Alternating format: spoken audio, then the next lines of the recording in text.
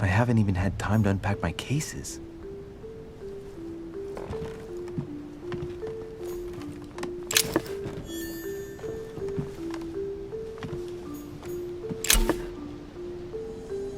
A devil's thorn, to be used to uncover the best disguised traits.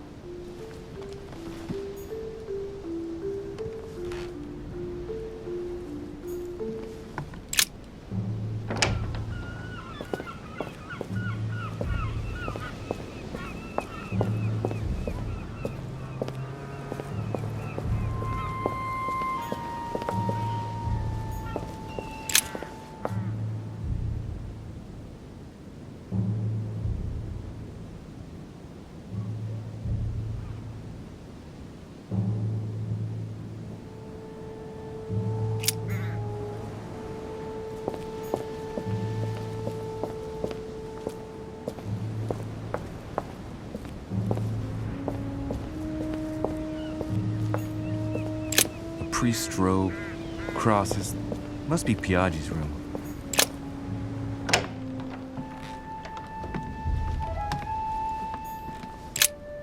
Oh, this bookcase is well stocked. Oh, this book has been put back the wrong way round.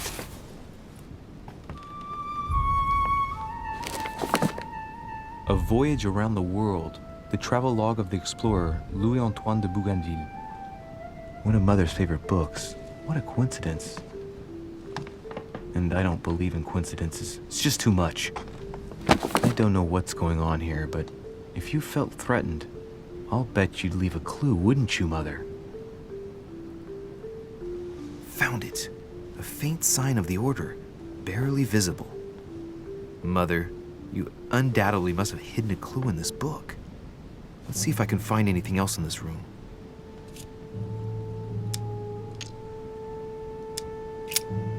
I'm not far from solving the puzzle. I must keep searching.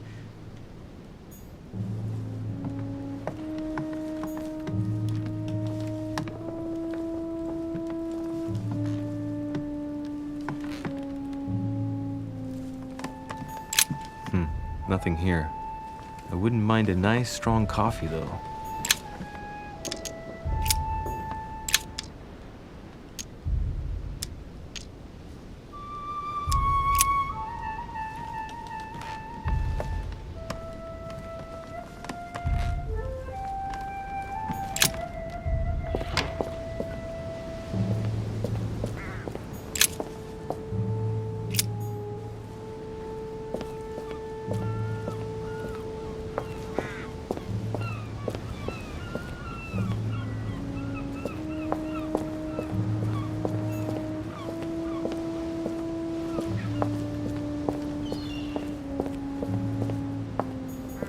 This room looks unoccupied.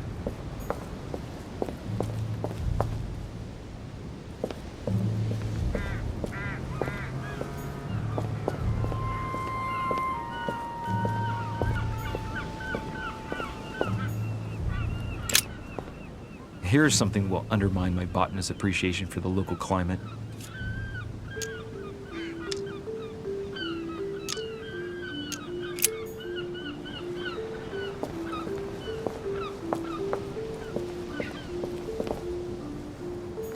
Priest's robe, crosses. Must be Piaggi's room.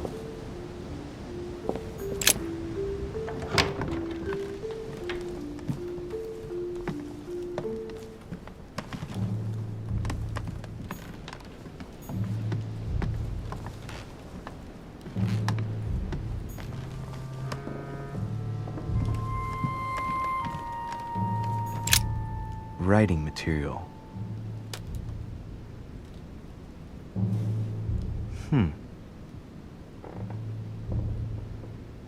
Let's recap. My mother was in this room. I found a rare edition of her favorite book. She must have left something behind. She must have used the writing materials. What if she used lemon juice instead? An old trick used to hide messages. A message using invisible ink. I bet she used a lemon to leave a message. Now, how do I reveal the message?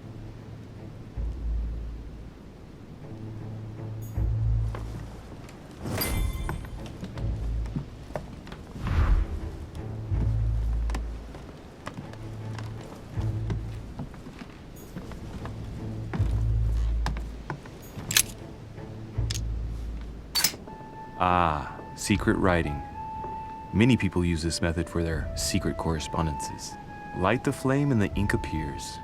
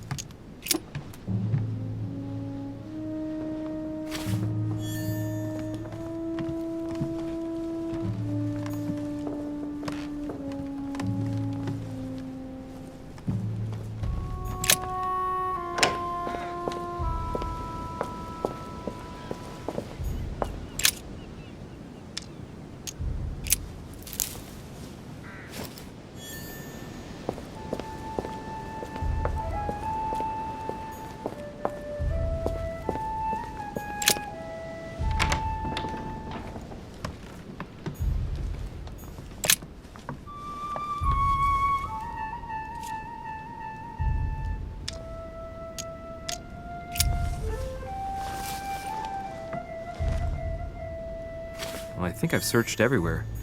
Maybe I should try it out on the book.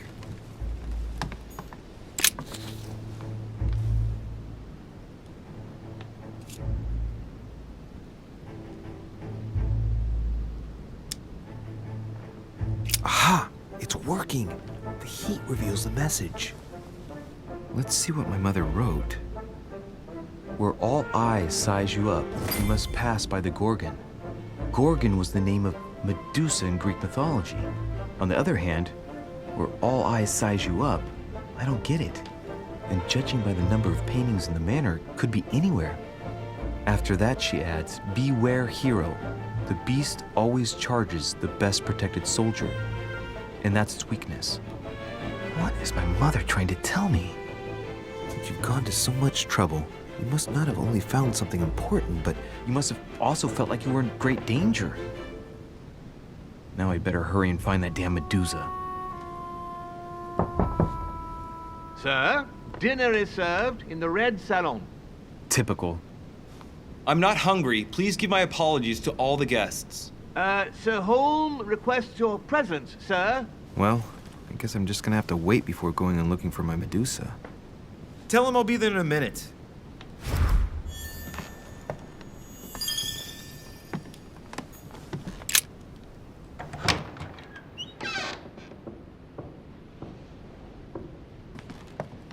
If I get a chance, I may have to take a little tour through the rooms of the other guests.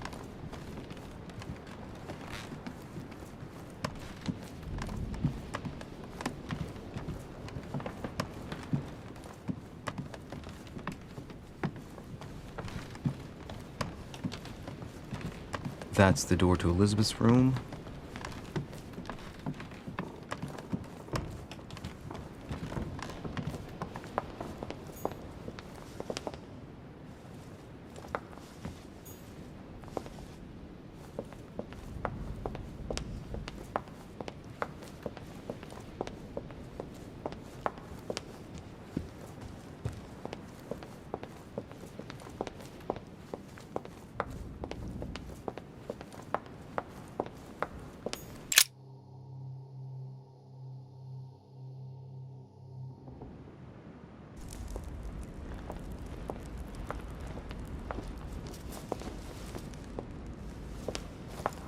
Excuse me, Monsieur de Richet?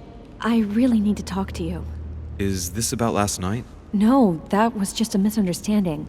I'm sure it was a little bit my fault, too. There's no excuse for that man's horrible behavior. You ought to tell Sir Holm. Look, the only thing that I care about is that I've lost something precious. I'm not worried about Jacques Peru. You didn't happen to lose this, did you? Where did you find it? In the small salon. It's the only reminder I have of my beloved sister. I thought that swine stole it from me. You're her son. Sarah de Richet's son. Yes, why? Last night, I found out that your mother was on the island. What are you doing here? Excuse me, but speaking frankly, why would you care? I know your mother very well. Really? Yes, I have been in your mother's care ever since I was born. She nursed you. Oh, I wouldn't say nursed. No. I remember her stare, cold as ice. Her sadistic hands pressing over my mouth to silence me while I screamed in pain. I remember her knees, too. She held me down with them while she cut and burned scars into me. Hold on a minute. What do you mean? You can ask her when you see her. Huh, she's getting more and more agitated. Look, I've got to go. Wait. I need to know more about you and my mother. Why did she put you through all of that? There must be some reason for what she did. What's the point of rubbing salt in the wounds? Elizabeth, confiding in me might ease your burden. Let me relieve you of some of your suffering. Relieve me? Do you even hear yourself? Do you really think that by confiding in my torturer's son, I will be healed as if by magic?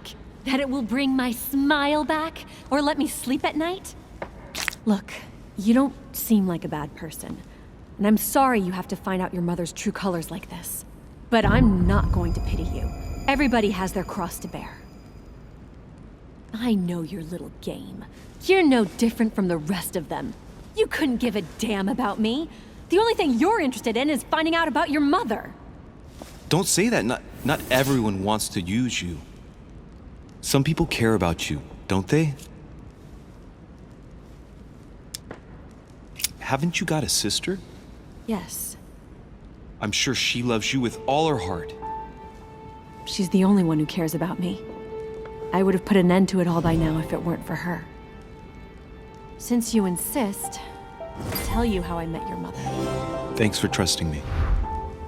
You see, before I was born, my mother often suffered from hallucinations and fits of anger. Soon people could barely recognize her. She became a completely different person. So my father spent an enormous amount of money paying for the best doctors, but none of them were able to cure her. The last resort was to call a priest. So, is that what your father did? No. He went to an expert in the occult. Ah, my mother. Her reputation already extended beyond our borders. My mother's fits stopped at my birth, and Sarah de Richet concluded that the evil had passed into me. Not only did it encourage her to stay, but she took the opportunity to advise my father to separate me from the rest of my family. That's how I was declared stillborn. My fate was decided that very day. It would coincide with my mother's frequent trips to America. I had my first fit when I was 3. That's when your mother began her experiments to rid me of the evil inside. I understand how you feel, but I know my mother. I'm sure she had her reasons, even if it seems difficult to believe. Everything she put me through was all for nothing. My whole life was ruined for nothing. So what brings you here then? My father used to know Sir Holm. He offered to introduce me to the world's leading authority in the occult. Lord Mortimer. He was my last hope. Until I found out he had also invited your mother. It's got to be a coincidence. I don't believe for a second she's come here for you. You can't change my mind about this, Louis. My days are numbered, and I know it.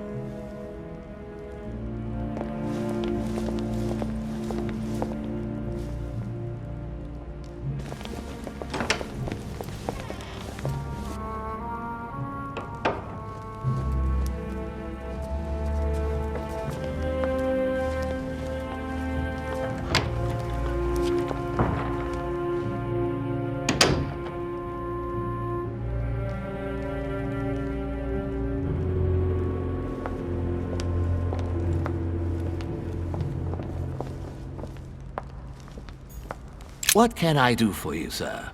I am at your service, day and night, sir. I would like to speak about your master, Lord Mortimer. Do please excuse me, sir, but I shall make no comment about my master. Is there anything else that sir would like to know?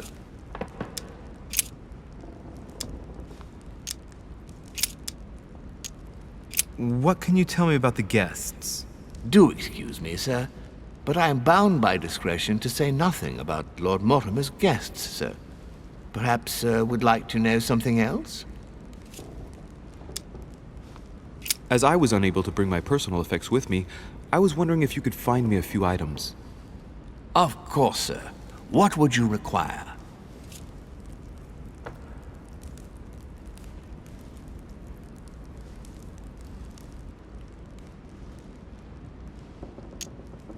My good fellow, would you have any amber available? I would, but unfortunately I don't think I am authorized to give it out, sir. I believe it is a precious stone.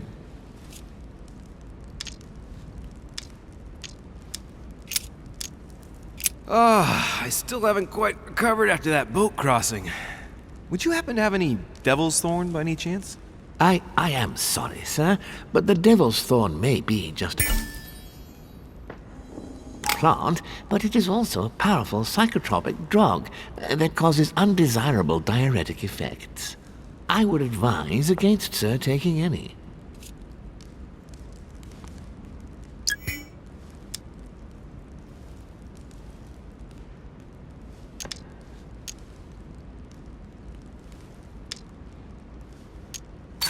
Don't worry, my good man. I know the effects of devil's thorn very well.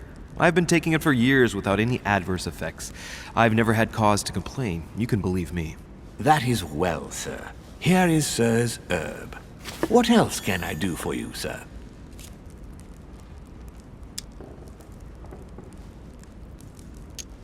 My good fellow, would you have any amber available?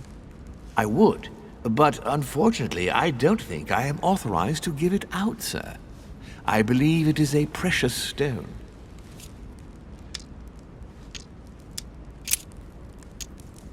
A little Carmelite water would do me a lot of good. Could you find me some, please? Oh, the tonics are under lock and key, sir. Lord Mortimer only allows access to them in cases of emergency. What? That's the last straw. Lord Mortimer himself asked me to take the sea to join him here.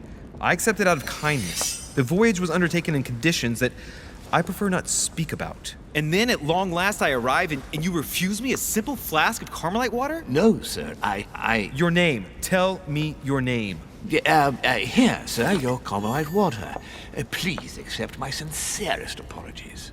If sir requires anything else whatsoever, sir has only to ask. You wouldn't have a little golden elixir I could use, would you?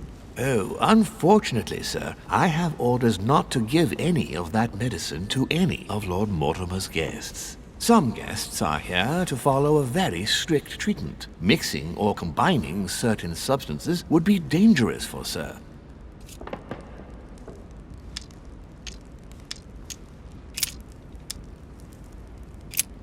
What's that book you're hiding in your jacket?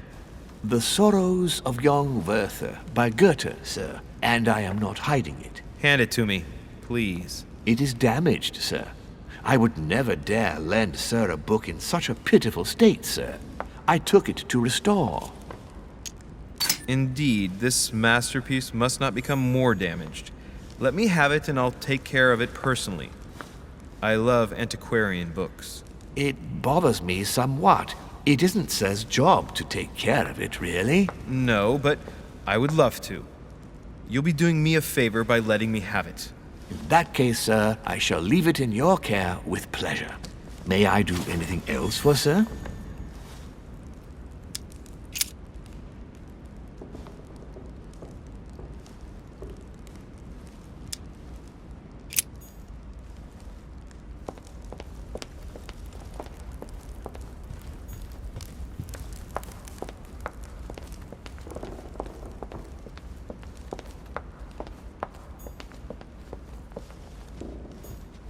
Devil's Thorn. I'll keep it.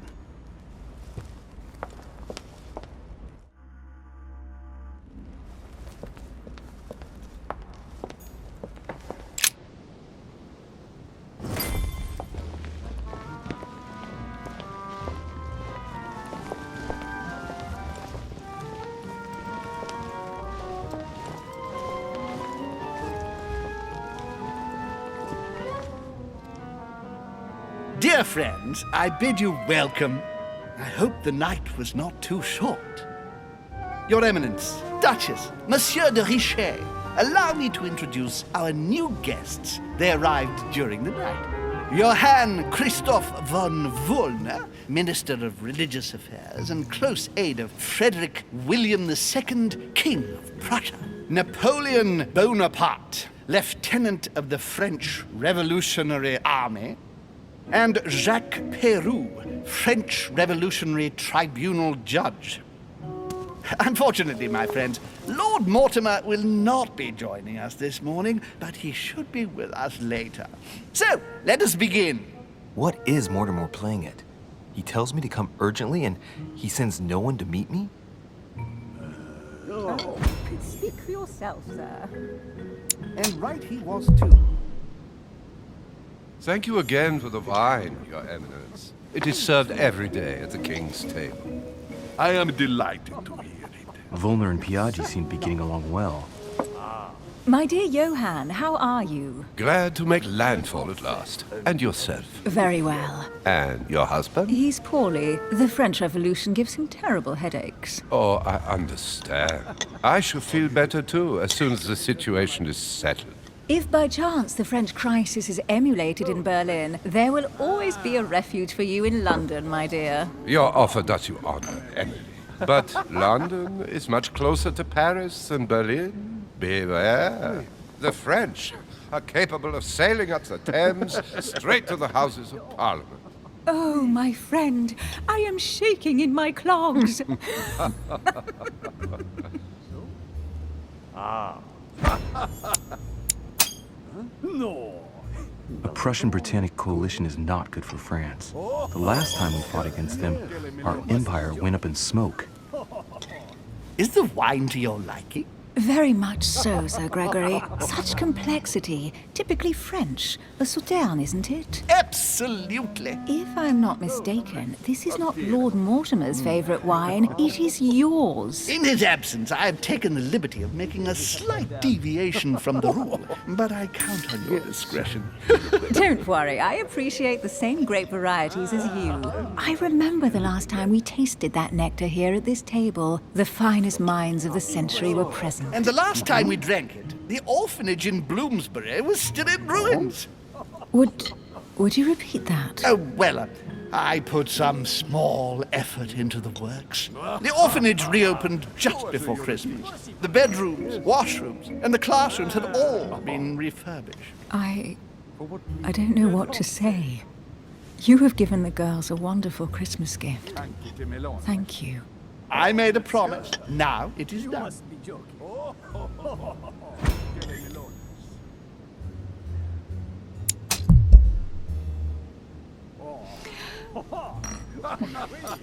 Is everything all right? Yes, thank you.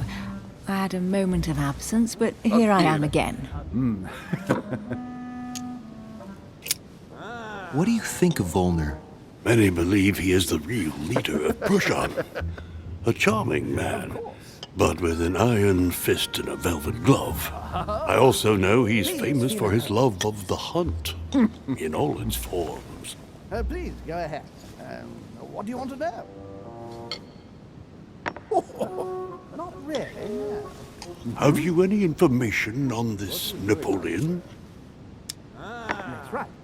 See, one. What do you think, madam? What is this Bonaparte doing here? The presence of a soldier is never a good sign. It can only mean there's going to be further war. To answer your question, I only know that his family were in favor of the revolution, and that it almost cost them their lives. Thank you, that's helpful. Of course. Monsieur de Richet, it would seem we have common interests. Could we speak in private, please? Please, go ahead. What do you want to know?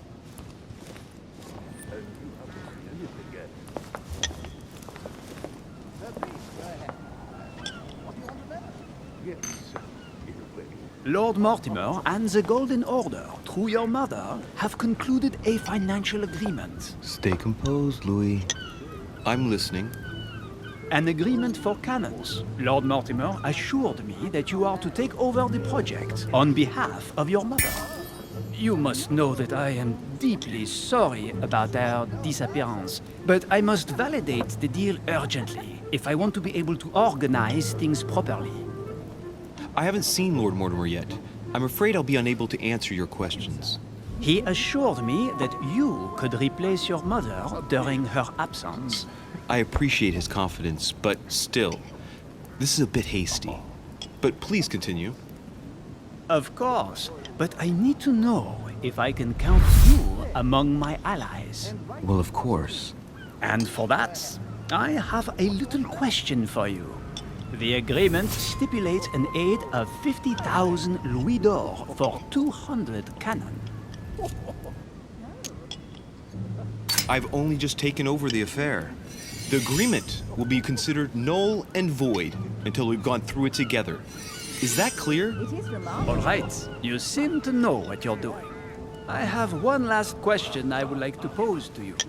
We don't know each other yet, you and I need to make sure that we both share the same vision for the future of France. Given the hard times that have befallen our beautiful country, what do you think it would take to restore its luster?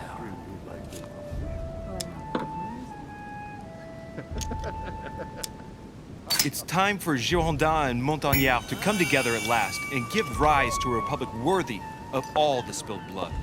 Both parties must put an end to their petty quarrels for the good of all. You must be joking, my friend. Neither side will ever accept the advice of the other. It's simply a lost cause.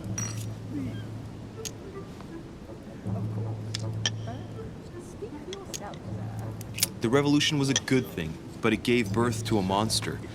We must overthrow the new system in place. Ah, you are right.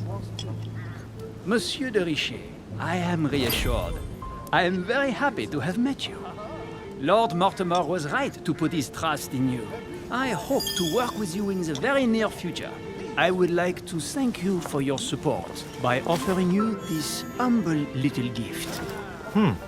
Reflections on the Revolution in France. Monsieur Bonaparte, I thank you for this gesture, and please know that I, too, am delighted to have met you. My friends, I would like to say a few words, please. I would like to thank Lord Mortimer, and you, Sir Holm, for bringing us all together here. Those of us for whom it is not the first time here, like me, are all trembling in sweet anticipation of the arrival of our host. For the rest, I would like to reassure you that Lord Mortimer always has a few surprising projects to propose. But I can assure you that each and every one of us has always benefited from them. The last time I came to this place, Lord Mortimer offered to help me in my electoral campaign for the presidency of the United States. And it is eminently clear that his support was an invaluable aid to us. We are here among like-minded people. So let us put aside the conflicts in which some of our nations find themselves at present. So I raise my glass in honor of you all, my new and old friends. I trust you shall not be disappointed, Mr. Washington.